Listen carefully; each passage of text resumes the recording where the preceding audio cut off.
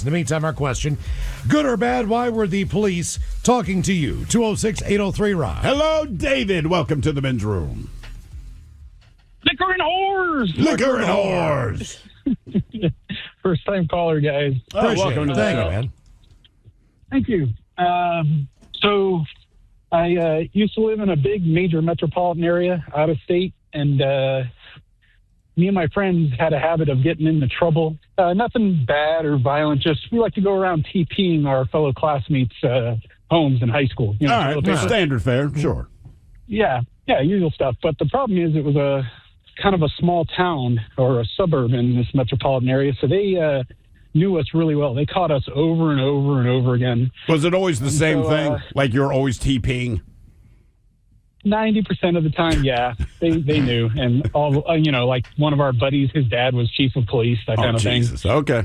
So they knew who we were, and they knew what we were up to, and they knew it was nothing bad. We weren't, in doing anything really criminal.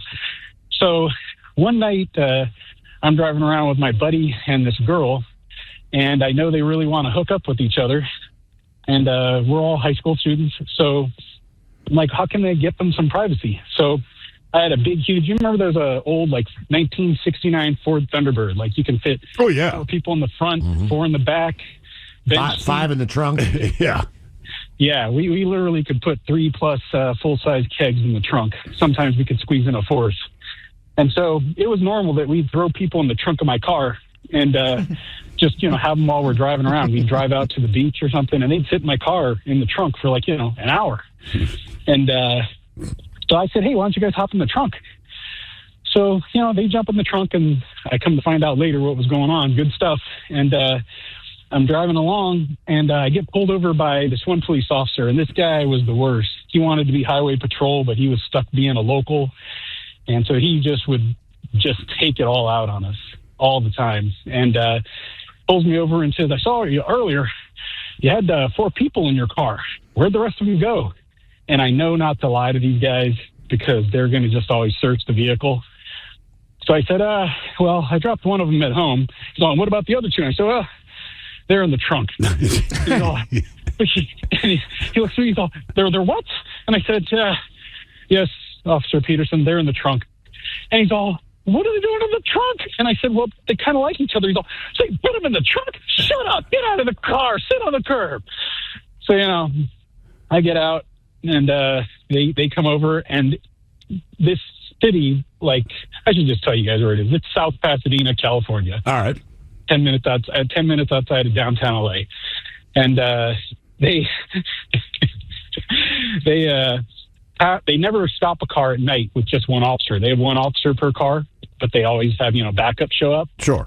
And so they have 3 squad cars show up, and they get behind the doors of all the cars, and they pull their guns out, and they're aiming them at the trunk of the car.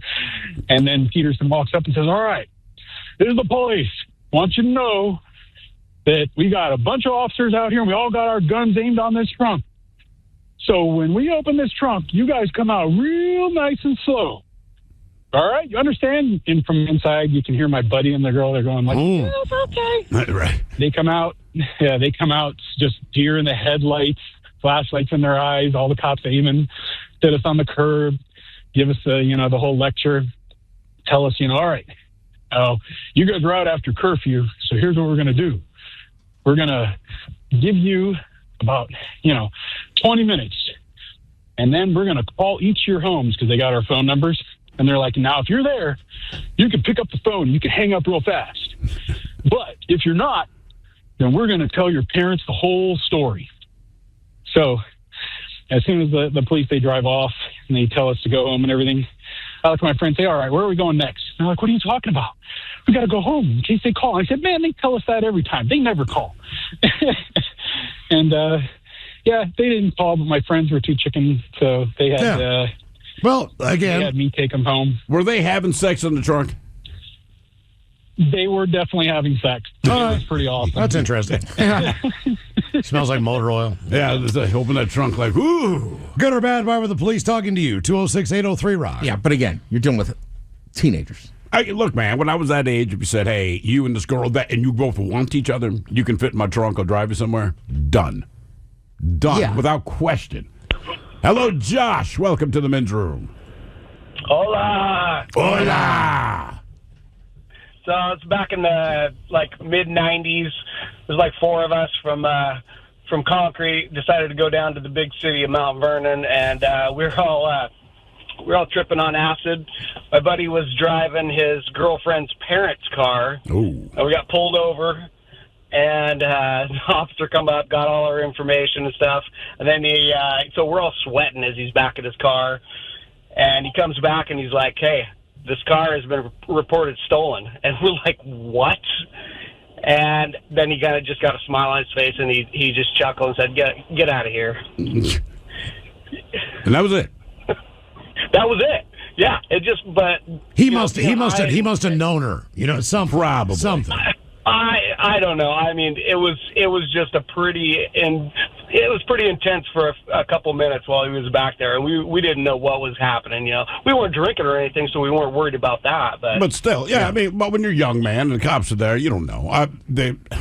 One time I got pulled over, and the guy thought it might be a stolen car. And there's something about me that apparently I am so stupid that they stop believing that I'm guilty of whatever it is they initially thought.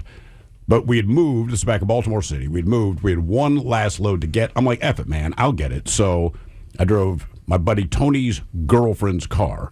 But his girlfriend's car was in her mother's name, okay? Her mother was insane and had been married 8 times. Just keep that in mind. So I'm cutting through downtown Baltimore, and all the street lights are on, so I didn't even think to put on my headlights. That's why I got pulled over. So when the cop pulled me over, do you know why I pulled you over? That I truly have no idea, man. Headlights weren't on. That's typically a sign of a stolen vehicle. I'm like, okay. And so I had to give him my information and all this, and he rolls back to his car because he asked me, do you have the registration and all that? I'm like, I don't know where it is, man.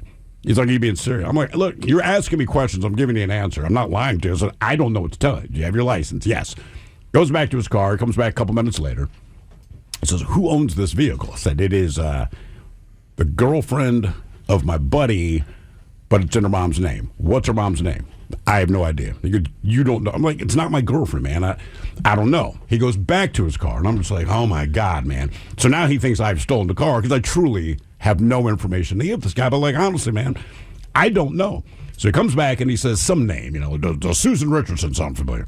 I'm like, no. He's like, well, that's who owns the vehicle. I said, oh, okay. And he kind of looks at me and he goes, that's not who owns the vehicle. I said, okay, dude, I'm telling you, like, I don't know her name. He rattled off 2 more names, both of them fake. And I'm like, look, I guess, man, like, seriously, she's been married 8 times. So this guy looks at me. He's like, how old is this woman? I said, I have never met her, but girlfriend's about my age. She's probably about my parents' age. I don't know, man, 50 years old. And you're telling me she's been married 8 times. So what I'm telling you is that the bitch is crazy, all right? But I do not know her last name, and whatever last name is on the registration, it might be different now because my understanding is she's gotten married within the last 3 months. I'm like, bro, I don't know what to tell you, man. I don't know her effing name. I never met her mom. I'm just trying to get this last load of boxes for my old apartment. That's the other thing is my ID did not match up to the address I gave him. I'm like, we just moved. And in his opinion, he's like, all of this is very convenient. I'm like, but it's not, right? Because I'm here talking to a cow. How is this convenient? This sucks, bro. We just moved. So he followed me about halfway back to the old place.